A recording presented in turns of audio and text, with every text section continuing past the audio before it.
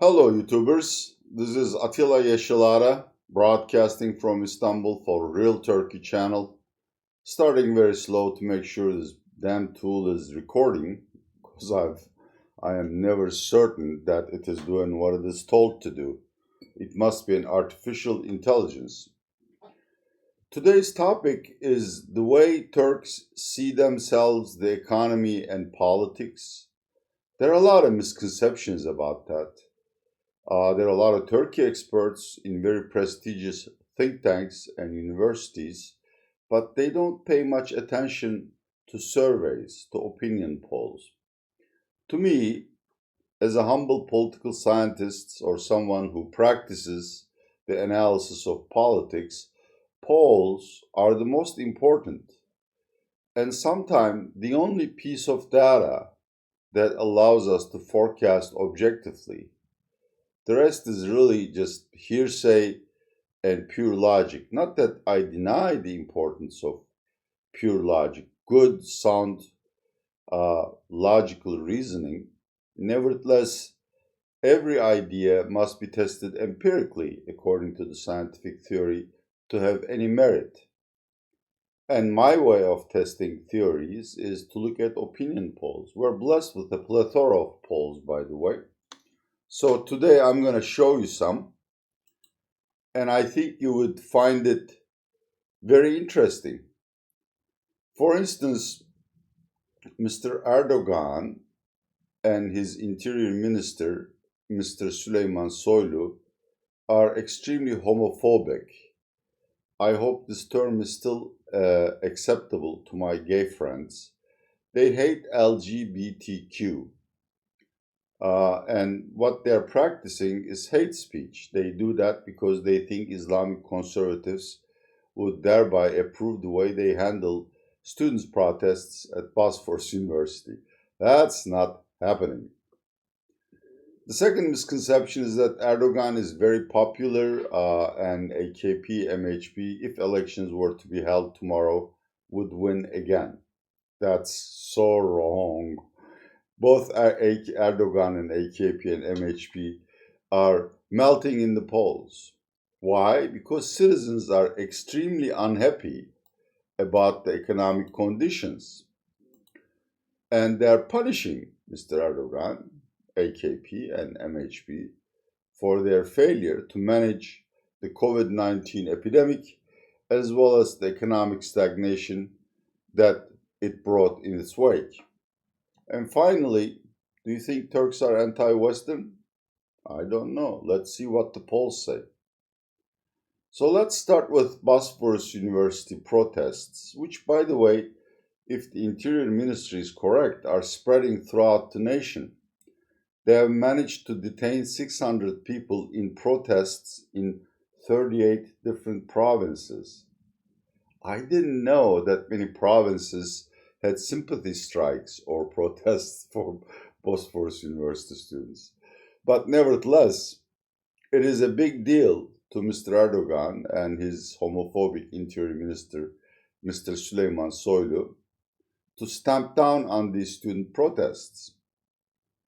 And they are using a lot of Islamic symbols, value-based symbols, to make the crackdown appeal to Islamic conservatives. Are they successful? Well, here is a table from the Metropole Surveying Agency, a very respectable, impartial, and mostly reliable in terms of its forecasts. This is from its January poll. Let's take a look at it. What was the problem at Bosphorus University? Mr. Erdogan appointed the president, which in Turkey is called rector. And he wants to run the affairs of every university to make sure there is no dissent, there is no freedom of speech. And this table shows clearly that 75% of the people want universities independent and autonomous from politics. Only 15% disagree. To me, that means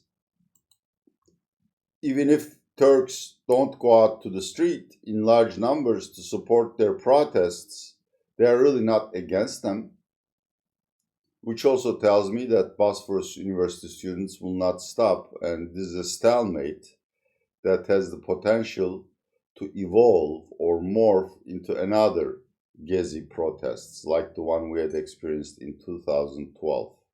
I think it's 2012, it might be 2013.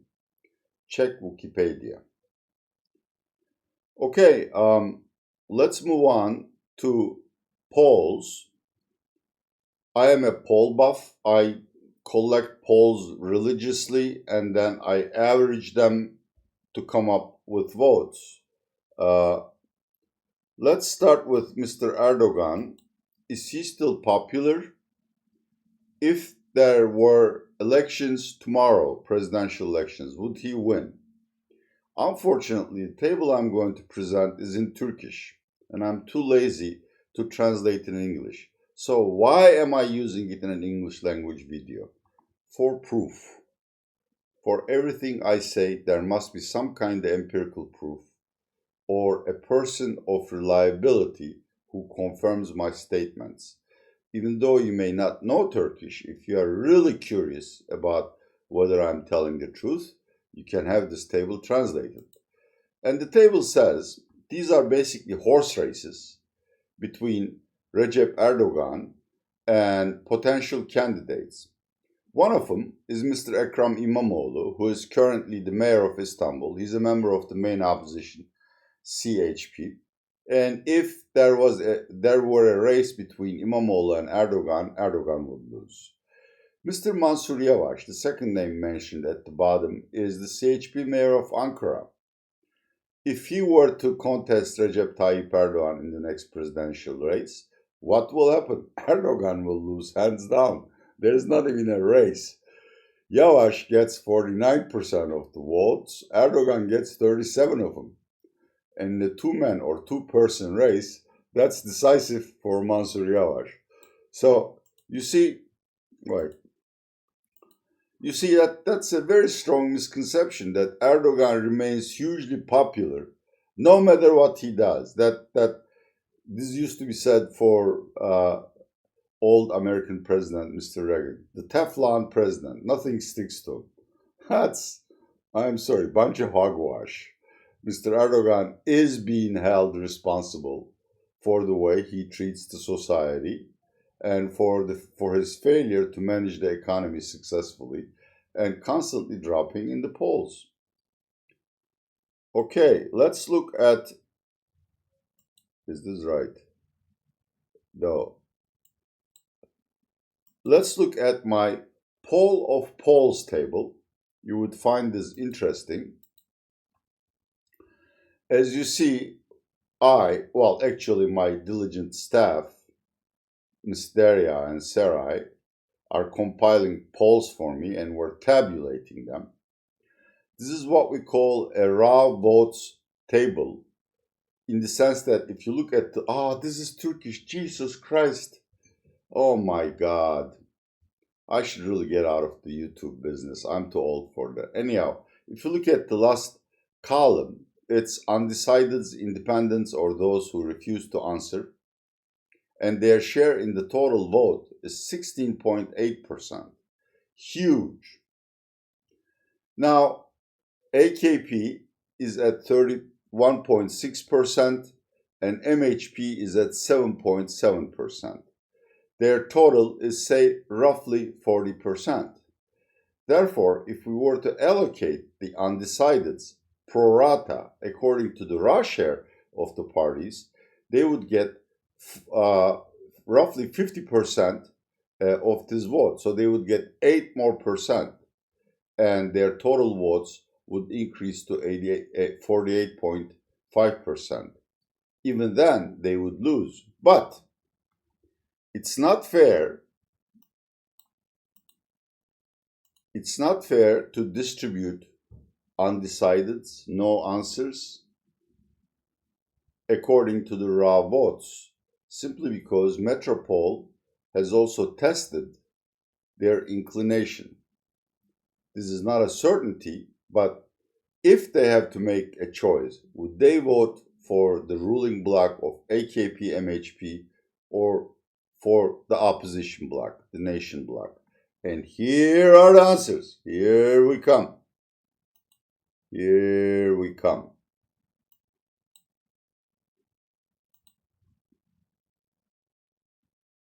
Yeah, it's coming. It's coming. It's coming. Okay. Metropol's January table says support for Nation Alliance is increasing. The Nation Alliance is the opposition alliance. Roughly 48% of the undecideds are leaning towards supporting Nation Alliance, which means of the 16.8% undecideds, roughly a half should be allocated to them, not to AKP and MHP. In that case, if there were an election today, they would win hands down. Why are people so unhappy about Erdogan and AKP-MHP? Well, very simple. Simply because Turkey's living conditions are deteriorating. Here is another table for you, once again from Metropol, and the table speaks for itself. A vast majority of the citizens of Turkey think that their living conditions have worsened during 29, roughly 60%. Now, of course, you will argue, or you should argue, that polls are subject to errors, as we have seen in the United States and then in the Brexit. In almost every country, each poll is subject to a margin of error, as well as what we call a sampling bias. That is, they don't pick the sample that is representative of the entire nation. This is not because they are lazy or bad at their jobs. It's just honestly, a coin flip. Sometimes you get the right sample, sometimes you don't. So I checked with other institutions, for instance, Istanbul Economic Research, which conducts monthly polls on how Turks feel about their living conditions. This is the first table. Once again, it's in Turkish, but the question is, how do you rate economic conditions as of today? Çok kötü means extremely, extremely, horrendously bad.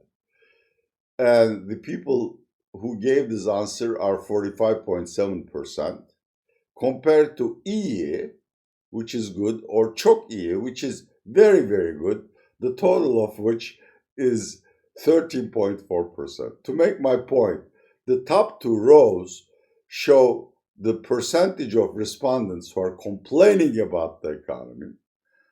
The very middle row is undecided. These people, 18.6%, don't know whether the economy is good or bad. And the bottom two rows are those who think they're doing better vis-a-vis last year. So I think right there, wait, here we go. Right there, it's very telling.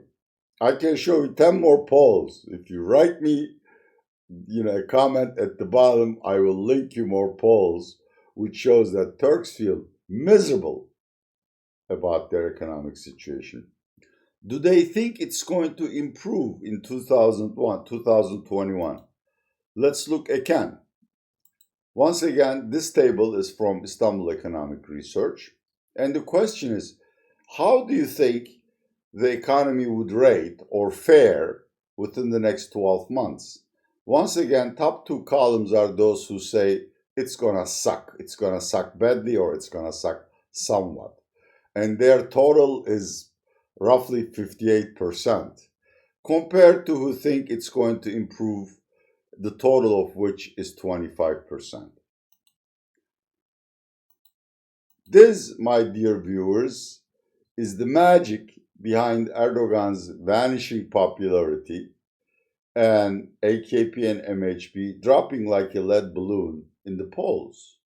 Compared to what you might hear from other Turkey experts, despite his failures and belligerence and arrogance, Erdogan is doing well, and his party AKP and MHP are winning elections no matter when they are held. It's wrong. AKP and MHP and Erdogan have been consistently losing votes since the COVID outbreak started in March. I have left the biggest surprise for the last slide. Once again, if you have any interest in Turkey, you hear how much we hate the West, how we like Russia and China and Iran, and we're xenophobic, and we think the Christians hate us. Well, let's look at this slide to see if some of these preconceived notions are correct. Once again, an English language table from Metropole, which simply asks, should Turkey do business, diplomatically speaking, with the West or with Russia and China? And here are the answers. Well, I'll just shut up and let you digest the table.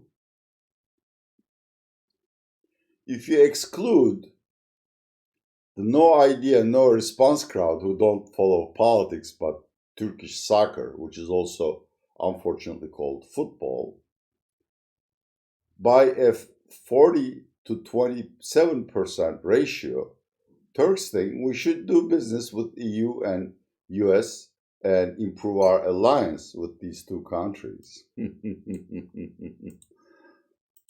So once again, the Turks love Erdogan, not as much as they used to. Are they swayed by Mr. Erdogan's argument that the Bosphorus University protests are initiated by communists and lesbians and gays and transsexuals? No, they want Mr. Erdogan to keep his nose out of the affairs of universities. Do they think the economy is doing well, or is there any prospect of getting better? Their answer is no. This is why it's economic stupid. Contrary to what people might tell you, what experts might tell you, Mr. Erdogan, AKP and MHP are constantly losing votes. And finally, of course, at least according to this poll, I have other polls, but they are dated. They date to 2019. This is a rarely asked question. According to Metropole findings, Turks would rather prefer to do business and to have a diplomatic alliance with the West, that's EU and the United States, vis-a-vis Russia and China. Well, that's the view from Turkish citizens rather than experts on Turkey. You have watched, with some pain, another broadcast by Real Turkey Channel. The presenter, myself, Atilla Yeşilada, say goodbye from Istanbul. Stay home, stay safe.